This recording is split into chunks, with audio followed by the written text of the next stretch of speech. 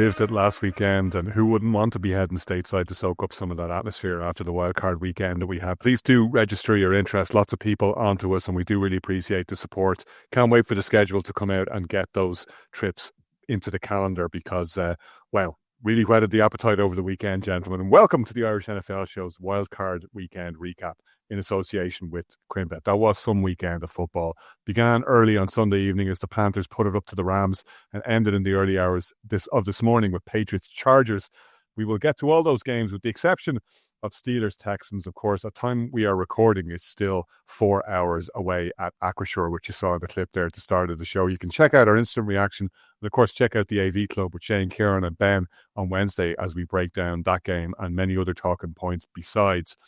Ciaran Boyle and Shane Brennan joining me, Conor Brophy, this evening as we look back on the NFL stopped calling Wildcard Weekend Super Wildcard Weekend, but they picked the wrong year to do it because, Shane, and we'll give you the floor to start off, but we had a pretty great weekend of games. Like for once, that prefix would have been absolutely justified. And sometimes the wildcard weekend can let you down a little bit because some of those back markers, the teams that you kind of want to see out of the playoffs, if we're all being honest, don't justify their position. And people like me who are set in their ways start grumbling about why do we let 7 seeds into the playoffs in the first place? If we'd no 7 seeds in this playoffs, we would have lost 2 of the best games of the weekend, and we will get to Rams, Panthers, and Bears, Packers a little bit later on. But let's start with Chargers, Patriots.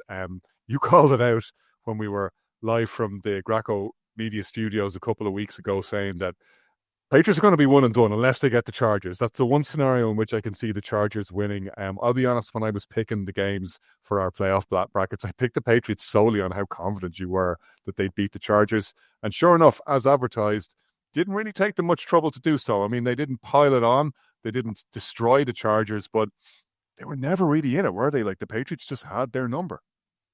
Yeah, I guess, but so before I get into this game, we have to sort of sit back and just soak in the fact that we've just seen one of the greatest weekends of NFL football that you're ever likely to see. Like the first 3 games, the team that was ahead at the 2-minute warning ended up losing. None of these games ended up being decided by more than 4 points. And then we stay up so late. I said it will have 4 in the morning to reach this crescendo, and we get this defensive battle. They never really got going on either side, on either offense. But what was interesting about this battle, I mean, the scoreline says Patriots 16, Chargers 3. That made the Patriots look like they're in more control of this than they were. But at the same time, I was never sitting back and thinking that the Patriots would lose this game. It was the nature of how it went. It's funny, when I was sitting back and you were referring to my lack of confidence in the Patriots' playoff chances other than playing the Chargers, and my source of that was how well the defense was going to play. And I thought the offense might be able to show up. And it was in reverse as what happened here. Both these sides have pretty good defensive outings. But the problem was the Patriots defense showed up greater. Christian Gonzalez had probably the best game of his career until he walked off injured. We're unsure as to how he'll get on later in the week. And the Chargers offense just couldn't get anything done. I mean, you look at their third down efficiency, they were 1 of 10. Their offensive line problems, which as we were anticipating, were key. The run game went absolutely nowhere. Herbert couldn't get anything done on the run game either as well. And that's the difference that was just the main difference is just the ability of each quarterback to actually get the run game, because Drake May wasn't able to complete a lot of passes last night. At the end of the first half, he had a 40% pass completion rate. And we were talking so much about how important, how good he has been in that. There was one deep pass he played to Douglas, I think, in the second half, which 9 times out of 10 he overthrows it. He was just had an off day in terms of his throwing ability, but his running ability, which they've been protecting him from against for periods of the regular season, because hey, you don't want to get him. You don't want him getting hurt. Just to joy the playoffs. Some of these things the teams are holding back, they're letting unleash at times when they need it. And that was the difference. Herbert couldn't do that. Herbert didn't have the opportunity to use his wheels and to make those playoff clinching plays, which you need to do on your feet as a quarterback in the 21st century NFL. And Drake May could do that. And I in the end of the day, that was the key difference. Look, I have to say, as a Patriots fan, I'm quite happy coming out of that one. If you can win a game when your offense is not playing at its best, when the strength of your team did not show up in the way that it does, and statistically speaking, you can look at it and say, look, it was still, the Patriots still got over 380 yards, over 235 in passing, In the second half, there was a lot more to like from the passing game in terms of just being able to pick out a couple of guys, a couple of key moments, but it still never really caught fire.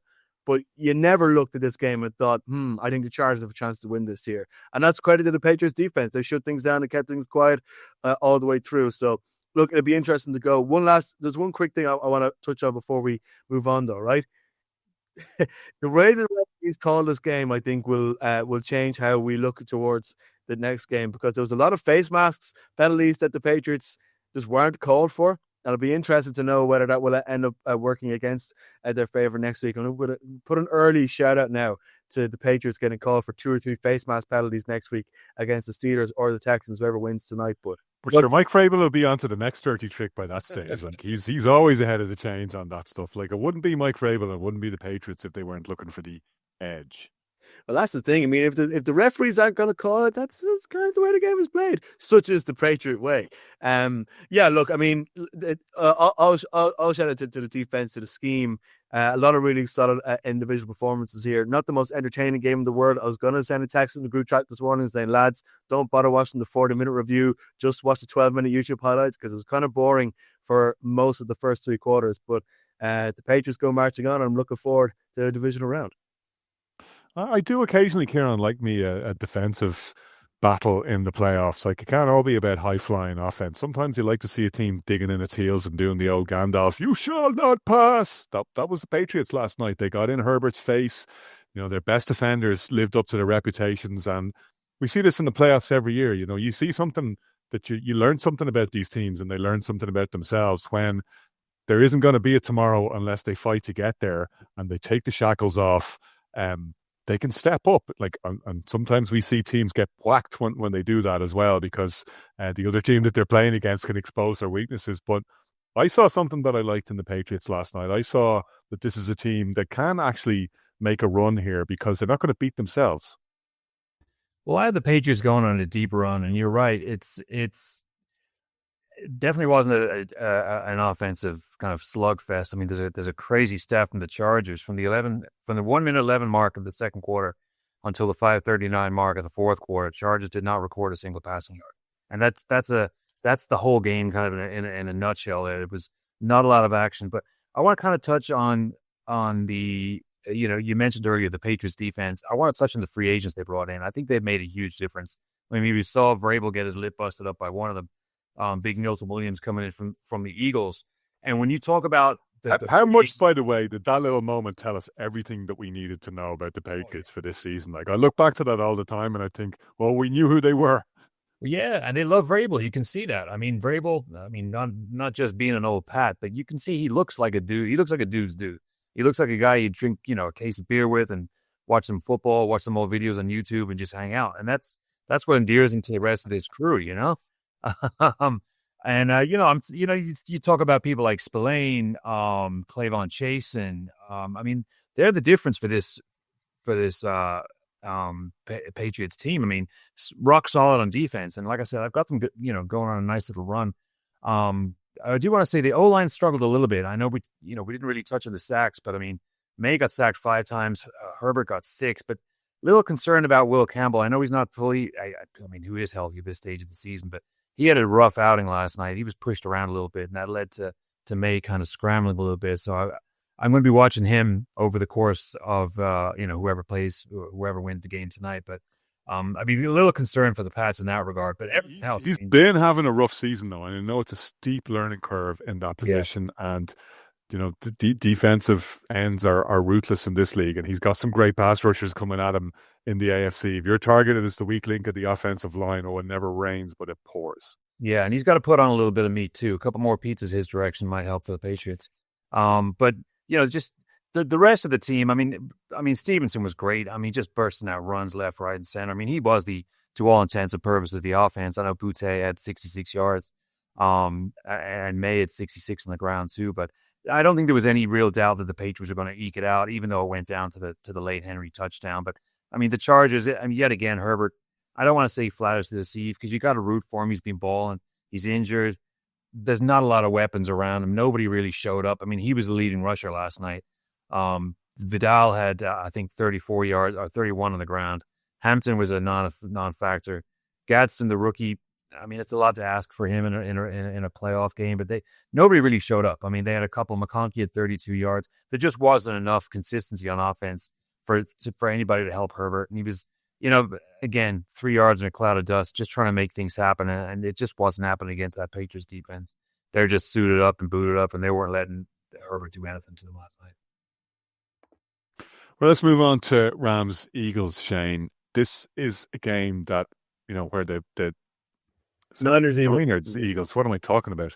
Niners-Eagles. This is a game where most of us had called it, and certainly myself and Ciaran will have to put our hands up here and do some soul searching in Philly's way, because I thought, with no disrespect to the Niners at all, that this is just going to be a bridge too far. Short rest. They're banged up. They lost Kittle during the game as well. Terrible injury. And, that's an awful shame for a player who had struggled to stay fit this season to go down in a big moment like that. And the playoffs are poor, that we won't see him, greatest tight end of the game right now, in their match. And by the way, they got absolutely screwed by the league here too. They're on short rest again.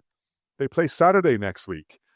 Kyle Shanahan had said in his presser after the game, maybe in fairness, we might get a Sunday game here, and to take account of the fact that we've been on short rest, and they get a quick turnaround again. So not great for them. But like we talked about why Kyle Shanahan is a very good shout, or should be a very good shout for a coach of the year with everything that they've dealt with.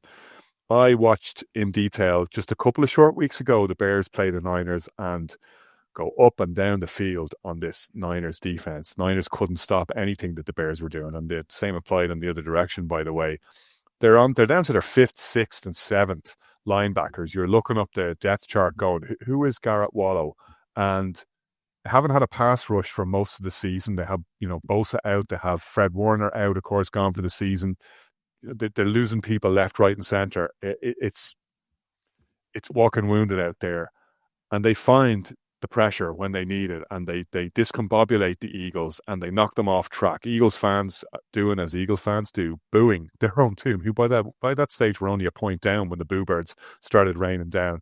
Got to take a hard look at yourself there, Philadelphia. That's not how you support your defending champion Philadelphia Eagles. Sorry, that is how you support your defending champion Philadelphia Eagles. You're on an island with that one, my friends. But Niners found a way. Kyle Shanahan dips into his bag of tricks. The most delightful razzle-dazzle play for that touchdown pass to Christian McCaffrey, who, again, does Christian McCaffrey-type things. You need me, I'm there. And this is the thing. This is a theme that we're going to talk about around across all of these playoff teams. The Patriots, the 49ers, the Rams, and on the inverse effect, the Eagles. The Patriots' motto is, we all we got. And that's exactly what the Niners are bringing forward to the well. They look around to each other. They don't care about the injuries. They don't care that George Kittle got taken off in this game and a huge blow to their offense, taken off at a point when they were behind, by the way. They're looking around to each other and saying, we all we got. We have to find a way to do this. And that's why Kyle Shanahan, I think, is being managed to coach a really, really good year this year. And that's always been the way. Not only him, but Robert Saleh on the defense as well. Doesn't matter who's there. That's always been the way. And for me, that first play in the fourth quarter, when they had that razzle-dazzle to get the touchdown pass, was the ultimate vote of confidence in our guys to say, look, it's here for the taking. The Philadelphia fans are on their own backs because they're booing their own team, even though they are winning. Let's just go and take it. I don't care if Kittle isn't here. I don't care if we're banged up on defense. There's a job to be done here, and we can get it done. And it just makes this Niners team relatively dangerous now going up to Seattle, because I was sitting back looking ahead of next week and thinking that Seattle would hate to see the Rams coming in, because I think 9 times out of 10 the Rams pick off Sam Darnold, as they have done 6 times already this year. But this Niners team with this sort of sense of destiny behind them, they're now coming in with the revenge arc as well against Seattle. It's going to be a really, really dangerous prospect. But just to revert back to yesterday's game, talk about the difference in mentality, in can-do attitude, because in the first half, both of these teams had that real disjointed sense. You had the 49ers giving out to each other because they were out of formation. It just didn't seem like it was going right. Brock Purdy letting a couple of interceptions go. Both to Quinton Mitchell, I believe I'm right in saying, like, those are moments when your offense can collapse and your team can start fighting amongst themselves, and you let the game go away from you. Especially those 2 interceptions, coming at key moments. One of them was when they were 17-16 up in the fourth quarter. The defense held on to only let a field goal instead of a touchdown, and they came back to win. There's a cultural moment there. Compare it to what's happening in Philadelphia. The cultural moment is Big Dom is separating your head coach and your top receiver from fighting with each other. And then AJ Brown drops a couple of key balls later on in the game, and people are wondering what's happening there. He was been asking all year for more passes to come his direction, and he completely lets it slip because it was completely disjointed there. The fans are on their own back. The coach doesn't like the players, doesn't like the quarterback. You remember last year, like how hard Saquon Barkley had to work to get that team to realize the opportunity they were in, that they could actually push forward and win a Super Bowl, quit the bitching and start playing football. It worked for them last year. It's just run out of road this year in terms of how coherent that offense has been. There's been so many flashpoints over the course of the season where it felt like it was all going to explode. And last night was not a collapse. I feel like that's being unfair to how well the 49ers play, particularly in the fourth quarter, to say it was an Eagles collapse. But the Eagles beat themselves in a way that you were referring to earlier, Conor, that the Patriots aren't going to be a team who beat themselves. This 49ers team aren't going to be a team who beats themselves. The Eagles beat themselves last night. I think that's going to ask a lot of questions as to what the future looks like now in Philadelphia. Ciaran, the Eagles pissed me off, and not just because they busted my playoff bracket, which was all going swimmingly up to that point, but it's just the waste of talent there. Like, you and I were both talking about this last week, and we both fell into the same trap, and now we're both hoist by our own petard. Yeah, as soon as they flip the switch, they're going to be dangerous. What's going to stop the Eagles in these playoffs? They're set up just the way they want to be. They've got just enough of a chip on both shoulders to keep them balanced. They have all they need. You know, if you talk about the Patriots saying we got, the Eagles got more than they need. And they just aren't able to line things up, or weren't at least this season able to line things up in the way that would have delivered them to the promised land, when actually things might have been opening up for them. I think they're going to look at this as a really big opportunity missed. I mean, this is what they would have wanted, to welcome a team that's, down to its last fumes, really, lost key players across the board, and they just couldn't get it done. No, I mean, I'll throw my hands right up. I thought the Eagles were going to flick the switch once it got to the postseason, and all the problems it'd be papered over, and everyone would get along and play from the same hymn tune. But I mean, I don't know. Like you said, this is a generational team, and it's just been wasted. I mean, I know they completely and utterly dominated the Super Bowl last year, and maybe there's that kind of lethargic mentality that crept in, as like, we don't have to work as hard as everybody else. Things are going to be a lot easier if we just chill.